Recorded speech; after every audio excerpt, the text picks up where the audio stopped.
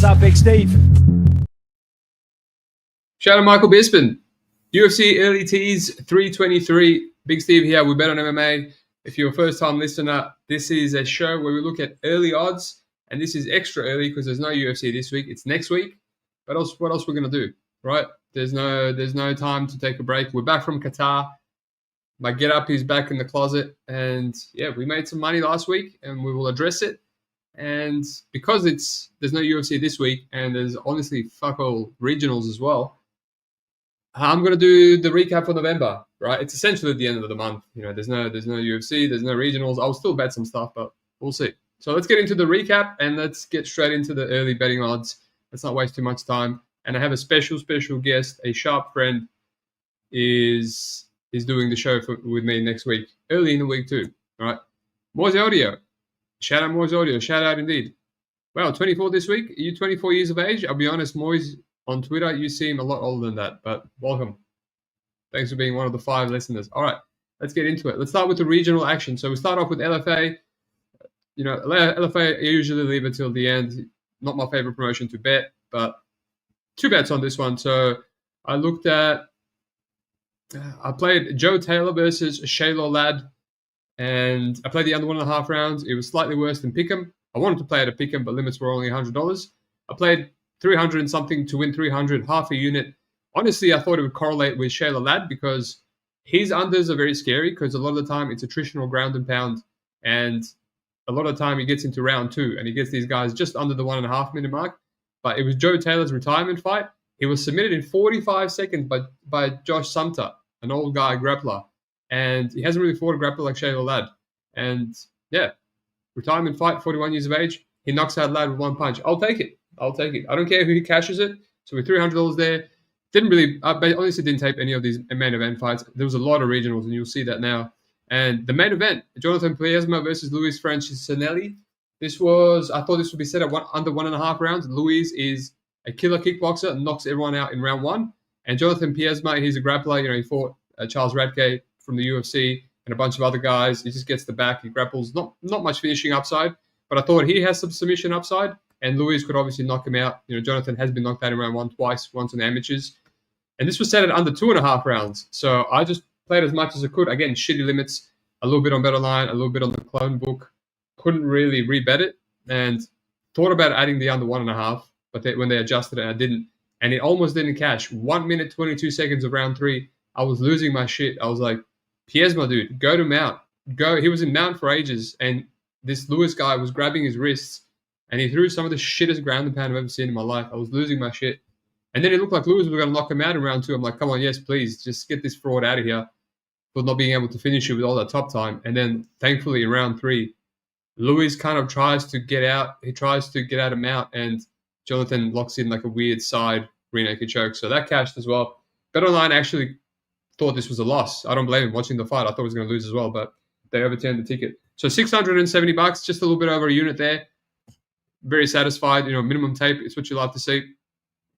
This goes straight to straight to the UFC. I don't know why. We'll leave the UFC until the end.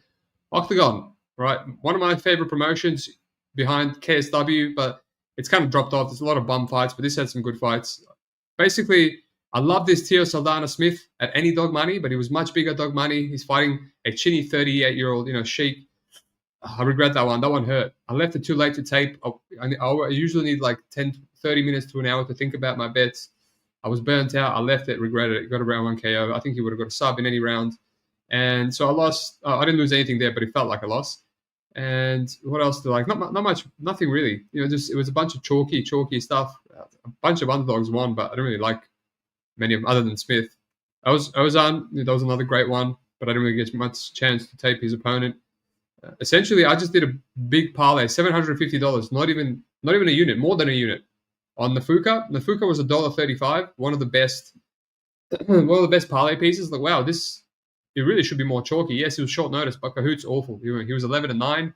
He's been knocked out. He's been taken down and rear naked choked by Gierski from the main event. I'm like, man, Nafuka can take him down. Nafuka's young. He's a bit stupid, but he's evolving. He can get a rear naked choke and can still win a decision if it's not a round 1 rear naked choke. And Nafuka, man, grappled him round 1. I turned it off. I'm like, yeah, it's going to be easy. Apparently lost round 1. Then he grapples, gets up, almost knocks him out, grapples again, wins round 2. And then he grapples, and pulls guard and loses round 3, a split decision. So I lost $750 there. Had him parlayed with Ronald Padadeza, won easily, round 1 KO. And then that's it. That's all I had. I was speed taping the card. So $900 there, $750 on a parlay that I thought was honestly a lock. And yeah, and then I lost 150 on. I had a massive 8-game parlay. I was just trying to be a little bit fun. And the 8-game parlay, pretty much everything hit other than the Fuka, which lost by split decision. So I counted that as Octagon losses as well, $150. So $900 there. So that pissed me off. Cage Warriors. The only regret I have is Enrico Digangi. Everyone was playing this guy in my Discord, plus 170, plus 150. I taped it at plus 150. I'm like, man, this Jack guy is awful. But I didn't lock it in. Again, burnt out. I'm like, am I making the right decision here? I feel like Jack's going to get his back at some point. And he did. Round 3, he beat the shit out of him, but Enrico Digangi was up 2-0. So I thought he might even be robbed, because usually I prefer my Italians to fight in Cage Warriors Italy, but this was in UK. So props to the judges. And then this was a big bet. Last few weeks, we've had some big under 1.5s. Abraham Babley in PFL, the LFA under at LFA Brazil, and this one, Jack Humphreys, minus 200 versus Job Souza. I couldn't even get 3 units down because, again, really low limits on Bet Online, and then I put as much as I could on my Russian bookie that has totals on all the regionals. So I had 1,600 to win 825. I would have liked to get up to 1,000 profit, but yeah, almost halfway through round 1, he submits them. So yeah, these totals are really coming once in every blue moon, and they're paying off. So that's the one and done bet I had on Cage Warriors. It really felt I should have smashed this card, honestly. ACA, nothing at all. The only thing I considered was Gomez, but it was a bit of a wash Brazilian, and he won unanimous. Props to a few people in my Discord who played that, cashed it easily. What else? Boxing card. I bet this kid. Shit bet. Let me just. Boxing card. I bet Mikito Nakano. My boy Dogfather pointed me in the direction. I didn't feel amazing about it, and I was like, oh, yeah, but he looks special. He looks kind of like an Inoue ripoff, like insane power for a Japanese guy, not really tested. And I'm like, wow, this Risalim guy is good. But when I saw that he was 35 years of age, I just kind of forced it. I got a lot of CLV. Just like MMA, CLV doesn't mean shit in boxing. So he lost to unanimous. He almost won, but what are you going to do? So I think I'm going to stop forcing boxing bets. I'm really good at not forcing MMA, but boxing bets, because I had an insane month a couple of months ago. It was just like profit after profit after profit, like 7-8 bets in a row. I have this urge to not pass on a boxing bet because I feel I'm just still running so hot. But yeah, if I'm not getting an amazing read like I do in MMA, I should probably not lock these guys in, because I'm not really familiar with Reece Salim and Nakano. It's the first time I taped him, but so I lost $600 there. That sucked. I hate losing cold hard profit. So that's where we're at. LFA, Octagon, Cage Warriors. Oh, that's right. Brave FC. Where the hell is Brave FC?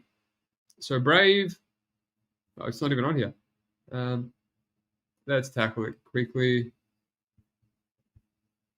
I had Forster. What's his name? David Forster in Brave FC. Right. So this guy, kickboxer, he fought Amil Tucic. Shout out to Bakuyako, a Croatian guy in the Discord. I shouted him out in my Discord promotional video, the one and only time I did a promotional video for the Discord. Suss it out. It's pinned on my channel. And, his Croatian mate or coach said that Amil Tucic is a kickboxer, and he fought his friend, he's one of his fighters that only had 4 years experience. And the guy outstruck him and outgrappled him in amateurs. So he's like, this guy's a white belt. David Forster is also a kickboxer. He should be able to outgrapple him if he wants to. And yeah, we played it at plus money. I only put a half unit on because there's no tape on Tucic. He seems like the way better kickboxer with some finishing upside. And because he was a favorite, it just threw me off. It's like, what do the bookies know? And David Forster basically got dropped, almost knocked out in round 1, blanketed him in round 2, and then he lost round 3. So he should have lost to 29-28. But Amil lost 2 points. Back of the head shots in round 1 when he dropped him. And then he also pushed the ref. He pushed the ref or something and lost another point. So I guess being an 0-0 guy in MMA, lack of experience, so he cost himself the fight. So only had half a unit there, cashed another $300 and something. So A lot of regionals this week. You know, the UFC was quite hard. And we're going to the UFC now. And as I said, let me look at the comments. Apologies. Look at the comments. Sindabala Matupai. Shout out BS. Ozan via decision was a nice bet. Got some units there. Nice one. Also, I want someone Theo KO. $3.34. Nice, mate. I see you got props for Octagon. I don't have that shit in Australia, but good on you. Spirit Ape this week. Amir Malakar 1235 at UFC. Moyes, do we get Woe on Bet Online? Hopefully. Did you cover the Barboza fight? Corrupt. We are still doing the recap, mate. You're only 10 minutes in. You will be just in time for the Barboza fight. Cage to corner. Shout Big Steve and Armin for that easy sub. Let's go. That was a mush bet, but it worked out. Everyone was on the sub. It worked out. We'll get to that soon. All right, so we're in the UFC now, and I said I don't have many bets. I came in with one bet. Like always, I was going to force some action bets. I always have action bets, and I was like, I just got to be careful because close to the end of the month, a really good month, not many bets. I'm already sleep deprived. I'm waking up 2 a.m. I'm going to force some shit. I'm going to lose my ass. I could feel it, but I'm going to try not to. So we go in. Here's my little everything. So all my recap. So I went in with Yakayev round 1 KO. 300 to win, 420. So I posted this on Twitter just because I had nothing else to post on Twitter. I felt like I need to give out the people some bets. And as I said, I taped this one first because I'm like, the under 1.5 is going to be a great play at minus 200. I'll smash it. I talked myself out of it because of all the grappling Yakayev could possibly do. I'm like, let me just play the KO round 1 at plus money, half a unit. If I lose it, I lose it. It is what it is, but that's most likely his path. Goes out there, 10-second head kick, drops him. Tries to finish him. The guy gets up, takes his back, submits him. A Kyle Dawkins GM3 repeat. Both guys instantly drop him, and then they club and sub him. First time Rafael's been submitted. So that's right there. It's a really bad start because I'm like tilted. And right before the fight started, I was looking at the fight to end in under 1 minute, $5.20 plus 620 or plus 420. Pardon me. And I'm like, oh, do I click this? Just put $100 on it. And then I was looking at the under 1.5 rounds. I was like, that's. I'm coming around to it. I'll talk myself out of it, but really it covers everything, covers sub. And that just pissed me off because I'm like, that's another UFC card where there was an easy bet and I didn't capitalize. Hockett, Morales versus Schnell, all these cards are coming and I'm not capitalizing. And now I'm $300 down instead of having a really easy under 1.5 rounds. But doesn't matter. We move on. So I added a bunch of bets, right? Aliev, Ismail Nauriev, I kind of said I like the under 2.5 rounds here. That bothered me. I was like, I should have put half a unit on that because I gave both guys finishing upside. Topuria, Baksat, props to people on Topuria. To me, it was a very close fight, so I couldn't bet it. Yakayev, a big regret. I saw him vibe. I didn't have anything here, but these last few weeks I've been betting a lot of no scorecards, and I have specific no scorecards. So I was like, I was like, what's the bet here? What's a no scorecard here? I don't know how the hell I didn't bet Asu Mabayev sub no scorecards. If he goes to the decision, you get your money back. If Asu subs him, it's like that was so obvious. I guarantee it would have been pick him. I didn't even consider it. And I also lost $150. I bet Alex Perez live. I thought he was up 2-0 going into the third. I only bet like 150 because it was bet online and you can bet like $100 or something. Either that or I'm limited. And I was like, oh, cool. They accepted my bet and they lost. Dalby, I wasn't interested in this fight. Like, by the way, in my opinion, they should cap Dalby. This guy just literally sniffs. He gets guys against the cage aggressively sniffs on them. And that's how he fights. It's like, what the hell is this guy doing? Luke Riley, Bogdan Grad. I considered Grad, but I kind of regret not going the under 2.5 rounds. I think both guys had a path. I regret Koji Hiraguchi. I said this was a dog or pass. I wasn't even there for this fight. I went downstairs to feed the little one. Waldo Acosta, Shamil, right? If you have a look, this is where it all went downhill. I was like, I'm still down $450. There's a couple more fights to go. I'm like, is this the fight? I played the over 2.5 rounds, and I just remembered how I lost. I got burnt on the Rakic 2.5 rounds at Pick'em, and I remembered how I passed on the D'Elia Waldo one because I thought D'Elia was shitty, and I remember a bunch of other mushed overs. The Billy Alicana over, he gets a sub. The Bo Nickel over 2.5 that everyone was on. He was Pick'em, then he got chalked. He just gets him out of there with 5 seconds to go, and I'm like, this feels like if I play the over 2.5, even though Gaziev's extremely durable, never properly knocked out. Waldo extremely durable. It just feels like another trap. But I lock it in, and then I'm like, you know what? I think Gaziev could get Waldo out of there. He hits very hard. He's aggressive. Waldo's cut 17 pounds in one day, apparently. Big flight. What if? And of course, Waldo looks like prime Ngannou versus Gaziev, the first guy to actually knock him out. And I just lose both my bets, 300 some. I'm $1,000 down. So I'm like, here we go. It happened again, right? I said, I go in no bets, be disciplined, don't force shit. And here we go again. I forced an over, a total that I don't like. I hate overs. And then I forced the shittest money line ever on Gaziev. He was plus money. He wasn't on short notice, so they got me. Then I'm like, all right, you know what? Fuck it. We're getting out of this hole. I don't give a shit how. Even though I have no bets, I'm getting out of it. I passed on oral by Hermanson. A lot of my friends won Hermanson. A lot of money came in on him. And I'm like, you know what? I'm not doing it. My gut is telling me not to do it, so I'm not doing it. Hermanson dropping down in weight. Oral by is not a small welterweight, in my opinion. Like, he missed weight at welterweight before, and he's an extreme ape. Kills Hermanson. I was like, thank fuck I didn't donate on that and go against my gut.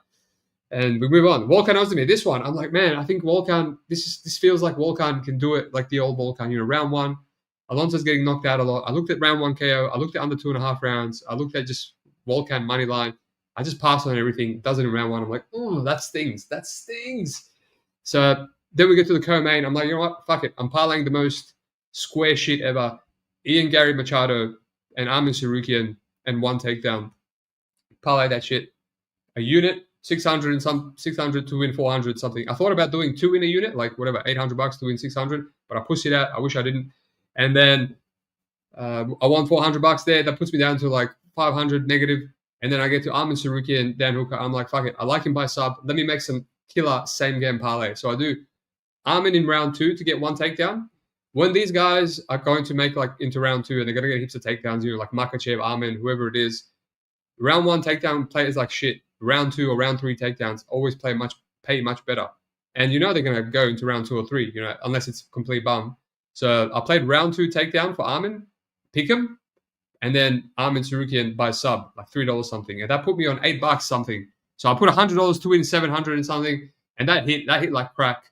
He hit a takedown in round 1 to cash my parlay, Ian Gary and Armin plus 1 takedown. And then he hit a takedown in round 2, which put me, in line to hit the same game parlay, and then he hit the sub. So as you can see here, so last 2 fights, Gary and Armin got me in profit by $133. So it is what it is, right? That's I had a massive bet on Cage Warriors. I almost hit like an $800 and something leg parlay. I almost hit another 500 and something. Both of them were busted by Nafuka split decision. Really, really bum performance by him. And UFC was. Just if I just played the under in the Yarkaev instead of round 1 KO, could have been a big night, right? But anyway, let's look at November. We're just coming off October where I got really close to 20,000 profit, and I just had a really, really bad few UFCs. And as I said, lack of sleep, my newborn, doesn't matter. And I said, fuck it, November has to be great, December has to be great. Back to basics. Just a lot of profit, as you can see. Profit. And then, this week, LFA, 2 totals, 900 on Octagon, basically 2 parlays busted by Nafuka. Cage Warriors had that big bet and some poke. Qatar, $133. Brave, Forrester, and then boxing, Inoue. That really sucked. If I didn't lose that boxing bet, I would have been on 1,000 something. But either way, we're on 5,500 for the month. So we're really close to 20,000, like a couple of hundred. So I don't know what we're going to bet on this week. It's going to have to be boxing. It's going to have to be one FC, one Friday night. That's great shit. There's only 2 low-level MMA fights, but there's always great value, especially at underdogs, right? So we'll bet on what we can. And other than that, let's get into this card. This is why we're here. 20 minutes. I apologize, lads. It took me quite a bit, but here we are. Corrupt. Sajid was coached by Islam and still lost, and he missed up my whole late. Mate, that Sajid guy, you should really pay people on such long layoffs, right? Gaziev's striking defense looks so bad, very bearish for his future. Yeah, Gaziev's a bum. His striking defenses look bad in many, many fights, but he looks insanely durable. So I thought, fuck it, what's Waldo Acosta going to do against him? Couldn't even knock out Spivak and couldn't knock out Andrei Arlovsky. But here he is knocking out Gaziev and Ante Delia. It's just weird. It's so inconsistent. Hermanson got knocked out his last fight too. Good choice. I mean, of course, that's probably why my gut was screaming. Alrighty, let's get into it. Let's not mess around anymore. Mohamed Naimov versus Marlon Santos. Marlon Santos, minus 200. Actually, worse than minus 200. Let's have a look where he is now. I get it. He looks special. Or he looks good. He just beat Sadiq Yusuf. But Yusuf's chinny. I remember passing on that one because I'm like, you know what? It can probably be competitive. He said some underwhelming fights versus Marshall. Rafael Barbosa was fine. On Ultimate Fighter, he went to a split with a really with a grappler that has no striking defense. So Marlon Santos is a little bit can be competitive. And Muhammad Naimov, say what you will, he's like 6-1 in the UFC with good wins over Nathaniel Wood, and almost beat Felipe Lima, and beat Conor Offer, beat Bogdan Grad. Those two are not the best wins, but they're okay. So I don't know. I think this could be competitive. It could be competitive. I'm not really interested in the chalk on Santos. At best, it's accurate. I don't see how he covers this line. So let's move on. And it's a shame that I don't really have totals for this, but maybe we can talk about something else. Maybe we can assume what the totals will be. So I reckon for the first fight, it's going to be chalky over 2.5 rounds. I won't really be interested. Right. Masoul Abdul Malik versus Tricoli. So this guy Malik, he hasn't cost me on every single under 1.5, but he cost me on under 1.5 rounds in this Contender Series fight, which was the beginning of me dropping from $2,000 units to $500 because it was a streak of a month and a half of breaking even and obviously having a lot of bills to pay. And then I was like, man, I need some profit. I need to cut this breaking even / losing streak. And I was like, I don't want to play this under 1.5 rounds because Abdul Malik is very patient. I forced it. He fucking burnt me. I'm like, you know what? Against Dushko, I think he's knocking Dushko out. He's my boy. He knocks him out. So I get my get back. I pass on the Nick Klein under 1.5 rounds because I fully remember what he did to me versus Schultz. So I'm like, I'm not a square like all these other guys on Twitter playing that shit.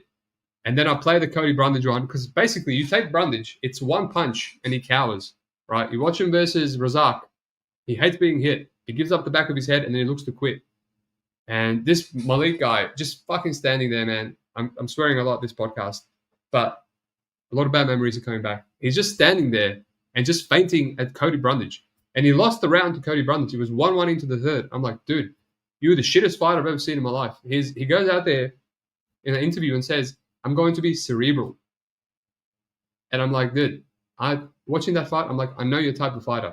You're not cerebral. You're just stupid. You just faint, and your feints are shit. And you don't know how to draw out anything. You don't know how to draw out a counter. You're just fainting, and you're just letting the clock burn, and you're letting Cody Brundage, of all people, outstrike you. So don't fight smart. You're just a big, lumbering, athletic beast. Fight to your strengths, right? And I'm so happy that his KO win got overturned to a no contest because he's a dipshit. And the only way he got the knockout is with a headbutt. And it's like, why didn't you do that in the first 30 seconds? As soon as you went for it, headbutt or not, you knocked him out. Why didn't you do that in the first 30 seconds? You're not smart. You're an idiot. Anyway, the other 1.5 is probably going to be minus 200. It's Anthony Tricoli. Right, Treshan God submitted him. Shara didn't knock him out till round 3. But I think this guy's chinny, man. I remember this guy from his first Dana White Contender Series win as a big underdog. That's right. I remember thinking he's chinny, but there's no real knockouts on his record. And there's just a feeling that he might be chinny, right? So, yeah, I mean, the under 1.5 rounds are going to be minus 200, maybe worse.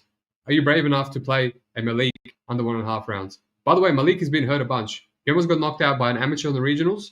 He got kind of cracked by Wes Schultz. He got hurt by Nick Klein. So this guy might be chinny. Maybe that's why he's scared to engage in brawls. But yeah, I mean, it's violence. It's violence or nothing. Do you want to be pissed off by Malik again? You tell me. All right. Sorry about that rant, but some of these fights get me going. Especially the way Dalby fights, 2 always brings the pace. Good call. Malik has to be betting overs. Yeah, someone should investigate him for sure. Someone investigate Malik. Alrighty. Mansour is his comeback, period. I agree. Don't expect less from Wallace Dean Mohammed's community. Yeah, I don't know what that means, but let's move on. Ibo Arslan versus Ivo Baranevsky. Nice. So this is a sick fight. I smell violence. I smell violence, lads. I'm getting excited because I'm a violence better. I got one of the best under 1.5 round records, right, in the community. I'm not scared to bet chalky under 1.5 rounds. So I smell violence here. A lot of money is coming in on Evo. I don't really understand it, because when I taped him on Contender Series, I'm like, this guy's crushing cans in the first round. He's very aggressive. He's hittable. He's a judoka, and he has big power. But when you watch his amateurs, because on Contender Series, a lot of times you have to watch the amateurs, because these guys that get called up to the show, they run through people, run through bumps, and the only time they get extended is on amateurs. And he was gassing. He was gassing bad, and he was a gas bag. And so is Ebo. And Ebo also has power. So I bet the other 1.5 rounds against Muhammad Ali, but I fully expected Ali to run through him. And he knocked out Ali. And Ali, Ali is a credentialed jiu-jitsu guy, and we don't know anything about his chin. We've never seen him have any adversity. So either Ebo cracks hard and he can maybe crack Ebo Arslan, who's hittable himself, or Muhammad Ali's chinny and Ebo cracks him. So I don't understand why people have steamed Ebo Baranevsky all the way to minus 200. Like, he could easily get knocked out here in the first round by a more experienced and, maybe more powerful Ebo Arslan. Because, he's knocked out Antal Turkaj in round 2 or round 3, I can't remember now. So he carries his power late. He knocked out Rafael Coquera, which whatever. Guy just got knocked out in 30 seconds. Kutlaba ran through him. So potentially Evo could also take him down, use his judoka and run through him. And the Billy Alakana fight means nothing to me. The guy went to Dagestan and just decided to exercise going to a decision and lost. I think that's what the line is. So for me, it's the unders. I reckon another minus 200 under. I think, honestly, Ebo could fraud check this guy. Alrighty. Edson Barboza, Jalen Turner again. Right. Jalen Turner coming back from a retirement. Cost me against Ignacio Bahamondes. This is the second time I chose to play the Turner money line instead of playing the under 1.5 rounds in the Bahamondes fight. The other one we'll talk about is later on is in the Torres fight. It was a great number. It was pick him and pick the wrong fighter instead of the total. I'm just like, how the hell is Bahamondes going to knock out or submit Turner? And he gets a triangle, the first triangle in his life. So, yeah, so he's coming out of retirement. Honestly, Turner should run through him. He's 30. He hits like a truck. He finishes people. He finished King Green. He almost finished Dan Hooker, landed a brutal head kick. Mateus Gamrot, he dropped him.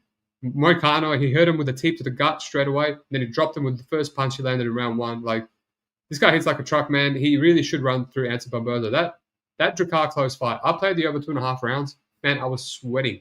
If Drakkar Close wasn't one of the worst finishes in the UFC, he could have got Edson out of there. And he's also washed. Drakkar's also washed. So, again, violence. Turner's $1.40. He did say that he's very upset at hurting his opponents, and he got very upset about almost killing King Green. That's why he didn't, go for the follow-up against Renato Moicano. But, man, if he's coming back from retirement, he's taking his career seriously, just fucking get in there and kill Edson Barboza. So, don't know. Again, under 1.5 rounds, we probably get that. We probably get it at minus 200. Turner also has submission upside. Barboza, man, I love him, but he also looks extremely washed. He got dropped bad by Sadiq straight away. Props to him for coming back. Leron Murphy beat the bejesus out of him, and Drakkar Close just kept hurting him. So, violence, man. Let's get more violence. All right. Marvin Vettori versus Bruno Ferreira. This is a sick fight. I think this could be Ferreira's way into the UFC rankings. I like it. I like it a lot. Surprisingly, the Hulk is older than him. I don't know, man. Money's coming on Vettori. People are saying they like Vettori. I don't know how the hell you could like a completely washed Vettori that's taken so much damage. A guy that's getting outstruck by Roman Dolidze twice. I thought Dolidze outstruck him the first time, and it was a robbery. And yeah, it's just Robert Whittaker's rinsing him. Like, he should have lost to Roman Dolidze. Jared Cannonier rinsed him, lost to Roman in a rematch, and Brendan Allen rinsed him. Like, how can you like Marvin Vettori? I get that Bruno is functionally not the best. Like, he pulls guard, he's spinning elbows, this and that, and Vettori at this age could still be too durable for Bruno Ferreira to meme him, but it's a dog a pass for me. It's pick him. I don't envision I'll see much value. Maybe play some Bruno Ferreira, no scorecards, no action, and we'll see what we have there. But yeah, this one I didn't really tape. I'm not rushing as of yet. Faris Ziam versus Nazim Sajiko. This is a sick fight. I think the winner of this gets in the ranking. If they're already not, I haven't checked. But a lot of money coming on Nazim. Makes sense. Faris is someone that can be overpowered. He can be taken down. He can be mauled. He can be mounted. I played Mike Davis against him because I'm like, yeah, I know Mike Davis has a lot of red flags. He doesn't really have the best process, and he gasses, and he He's got, Lyme's disease, blah, blah, blah. But even then, he was so compromised, and he just, pulled guard and just instantly got into, calf slices versus Faraz, instantly mounted him, even while gassed. So you can just overpower Faraz. And Nazim is like that guy. He's technically worse than a lot of these dudes. He's getting outstruck by Borshev. He's getting, beat, taken down, getting his back taken by Terence. Evan Elder's outstriking him. Ismail Bonfim is rinsing him. And then, Nicholas Mota hurts him, and he just comes back and he just knocks you out, or he just lands something and he just beats you. So I get why the money's coming on him. It seems like he has the better hardware and he can potentially crack or hurt Faraz. But Faraz can hurt him too, because Nazim has no defense. And Nazim's grappling is not the best, right? Favola had better grappling. Mike Davis had better grappling, in my opinion. Claudio Puelles, for sure, has good entries. And that almost went to split. So it's not aging well. It's not aging well. If you're going to play the technical fight with Ziam, you're going to lose. But yeah, Nazim will pass. But I'm not sure if I'll get in pre, just because Nazim loves to lose the first few minutes of the fight. So we'll see. In terms of totals, I don't really know what these totals are going to be. Probably a chalky over 2.5 rounds, because they're both tough. But there's a lot of prelims in this card. Macy Barber versus Karine Silva. Karine Silva's an underdog. It's a dog or pass for me. I get why Barber is the favorite. She's, 1, 2, 3, 4, 5. I don't know how many more fights on the win streak. That's the last 5, though. She's only 26. She's 6th in the division. I get it. Wins over Rebus, which is not really aging that well. Split over Andrea Lee. Yeah, honestly, this is a dog or pass. Dog or pass. I get the Karine Silva was fraud checked by Viviana Araujo, but honestly, I thought that was a robbery. And she beat Diane Barbosa, but that was also a bad look. 2 gas bag Brazilians with no takedown defense. Yeah, it's a dog or pass. It's a dog or pass. Marcy Barber has all these health issues. And I think money's already coming in on Karine. So can Karine sub it? Let me just wiki cap this a little bit. She lost to Grasso. She lost to Roxanne Mataferi. She technically lost to Miranda Maverick. Yeah, dog or pass, man. Dog or pass.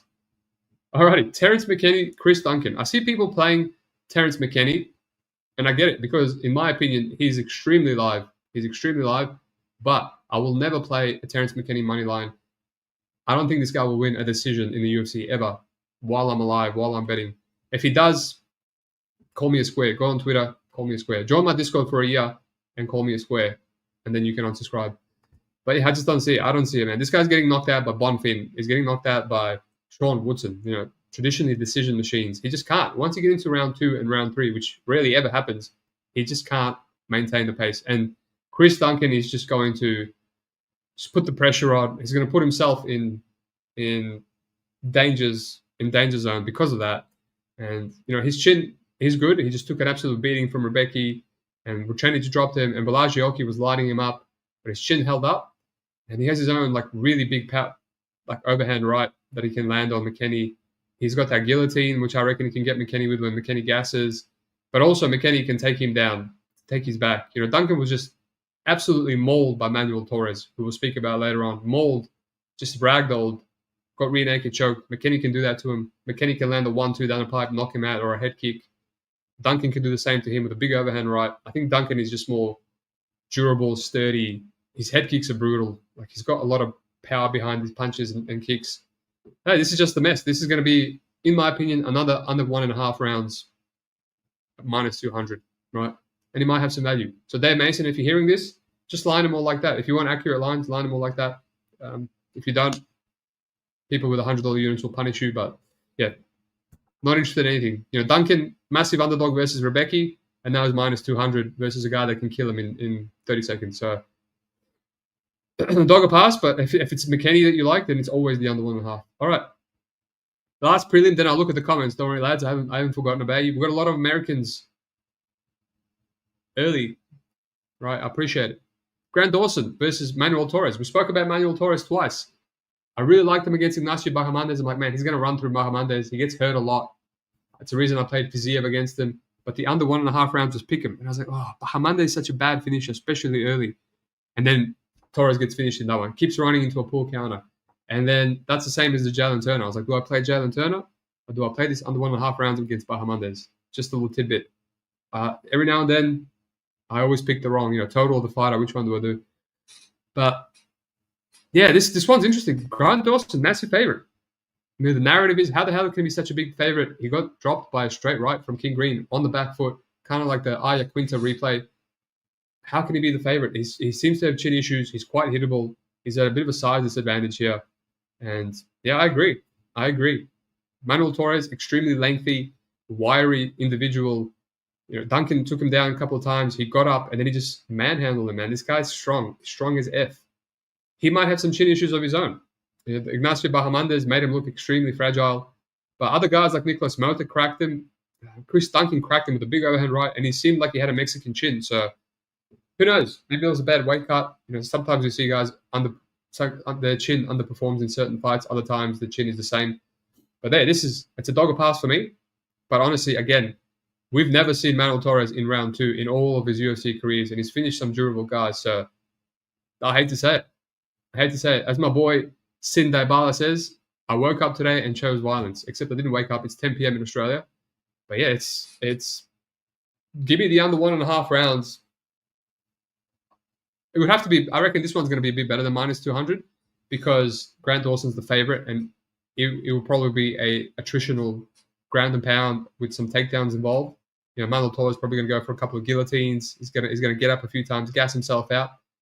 But I see carnage here, man. I see even if Grant Dawson gets a few takedowns, he just ground and pound KO'd Rafa Garcia, who's extremely durable, and he could be taken down, but no one's really ran through him, and he's fought some good jiu-jitsu guys.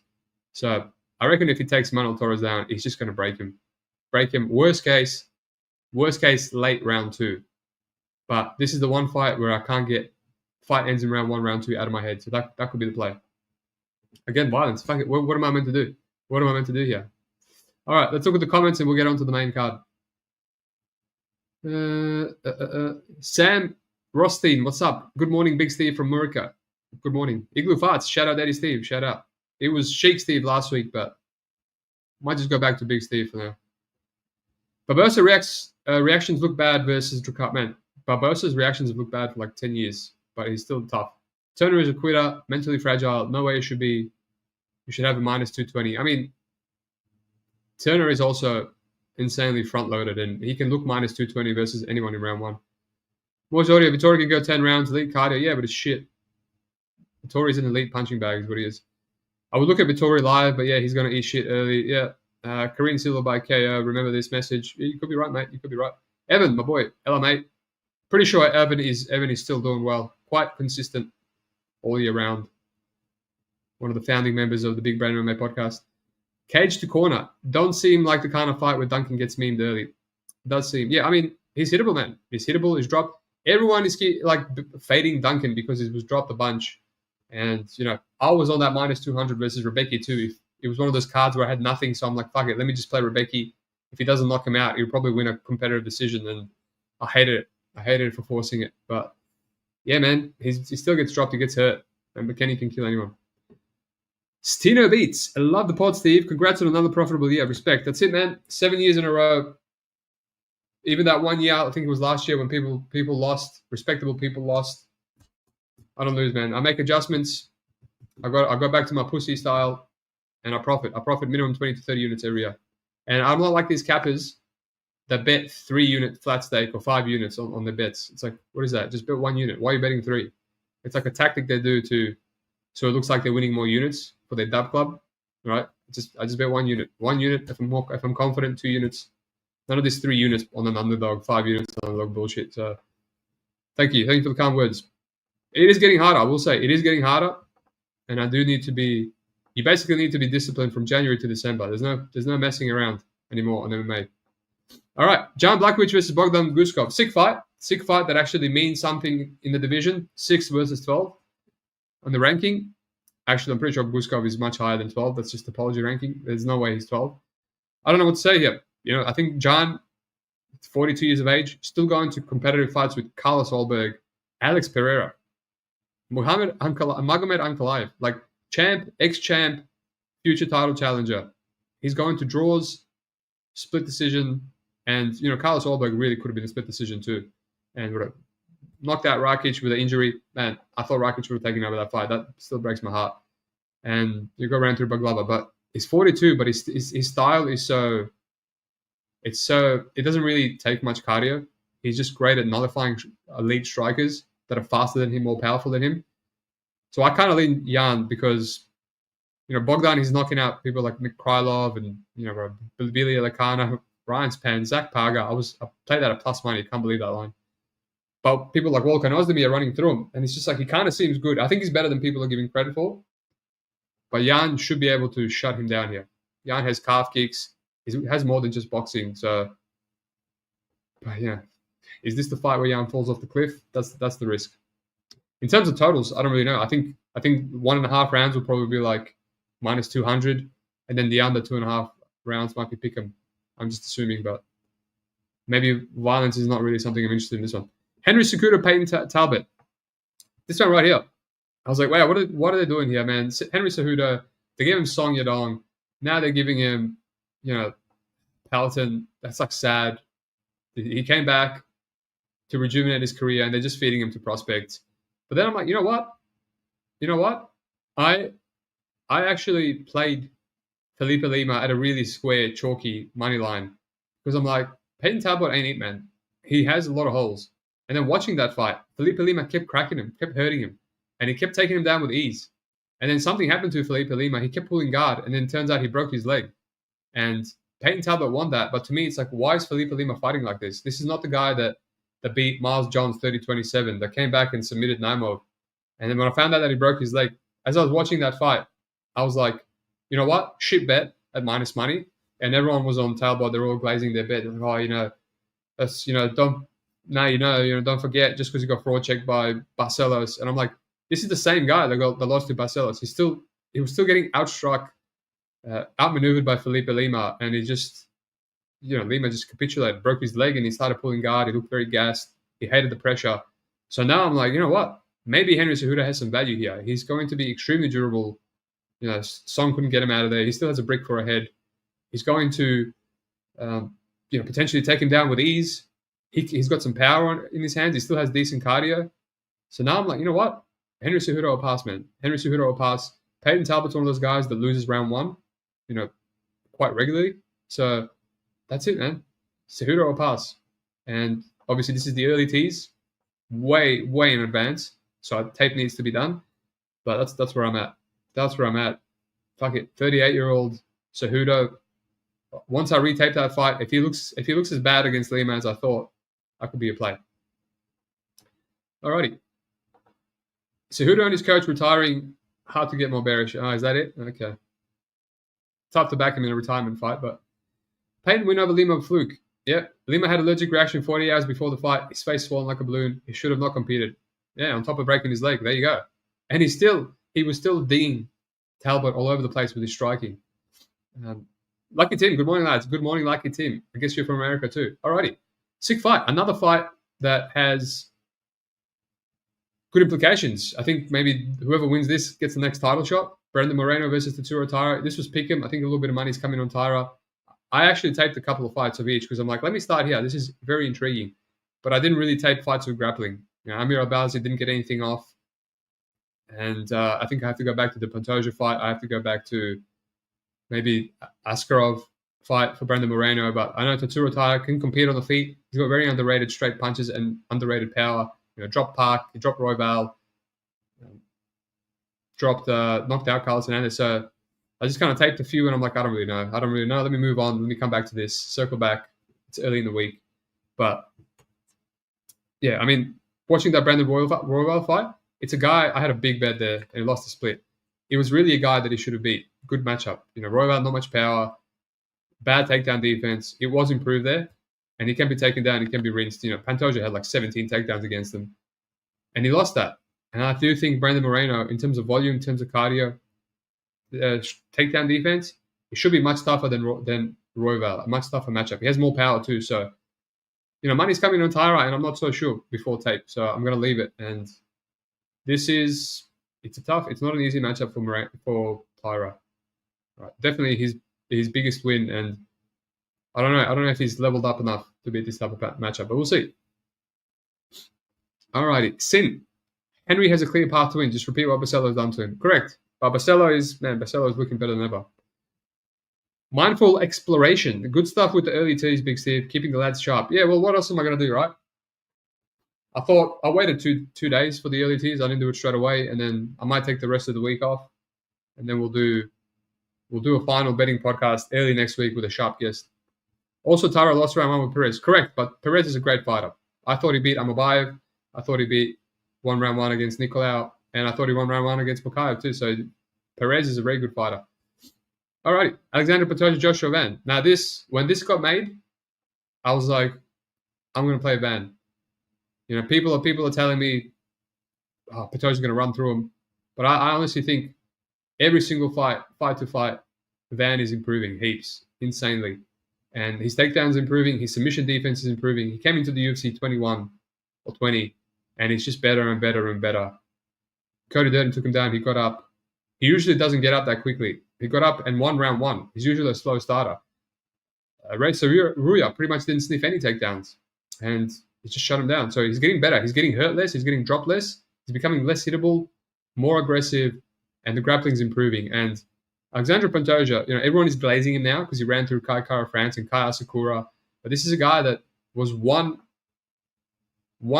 false move away from losing to Steve Erceg. Steve Erceg made that false move in round 5. It was 2-2 going into round 5. And a lot of my lads played Steve Erceg. And I played Steve Erceg in every single UFC bet. A massive fight. Every single big underdog versus Dvorak. Then I played his finishing to Schnell. And I played him slight favorite to Costa. And I'm like, I can't play him against Pantoja because he's green. Steve Erceg is a little bit green. He makes mistakes. And that mistake cost him round 5. But he still almost beat Pantoja. And if they're on the feet, how is Pantoja going to look against Joshua Van? Joshua Van is going to be pressuring him. Pantoja is gassy, especially if his takedowns get stuffed. So, man, it's a dogger pass for me. Dogger pass. There's a lot of people on Pantoja. I haven't really seen any sharp ones on them. But there's like squares and jobbers putting like 5 units on Pantoja. So I'll have to evaluate. I'll have to do some tape. Maybe I get scared away after tape, but we'll see. It's a dogger pass for me. Alrighty. Royval had the worst possible game plan against Van. Good that Pantoja has better fight IQ. Yeah, I do. I actually had a decent bet on Van at plus money, and I've cashed out against Royval. I thought it would be competitive, which it was, but in the end, Van won clear 29-28. So that was during my pussy period. I was just cashing out bets that I wasn't sure on. Alrighty, main event. Merab Dvalishvili versus Peter Yan. Honestly, this fight, I feel, kind of takes the sales out of a nice pay-per-view. No good implications about this. This is just made because Merab wanted to stay active, and I don't think Peter Yan deserves this fight. Close fight with Song Yadong. Figueiredo means nothing. Marcus McGee looked amazing. I played him there, and he was very close to winning at 29-28. But in my opinion, is the best Peter Yan looked in years. And people will downplay that fight because it's Marcus McGee, and a lot of them don't know him, but I think Marcus McGee is a great fighter. So I actually played Peter Yan like a square the first time at Chalk, and we saw why. He stuffed 17 takedowns from Merab, but I'm like, this is an awful matchup for Merab. Merab's probably going to get dropped, get hurt. He'll go for takedowns, and Peter Yan might drop round 1 because of, his low activity, but he might get, rounds 2, round 3, at least 3 rounds, especially because he has elite cardio, elite takedown defense.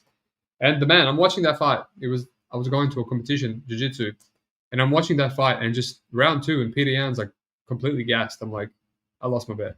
What is this? Why is he so gassed? And then he gets leg kicked and he gets hurt. He starts limping. I'm like, man, this guy comes in fucking injured and compromised, and then his shoulder hurts. And I'm like, this is why you don't lay chalk, because you just don't know. It sucks even if you play an underdog and someone comes in compromised. It still fucking hurts.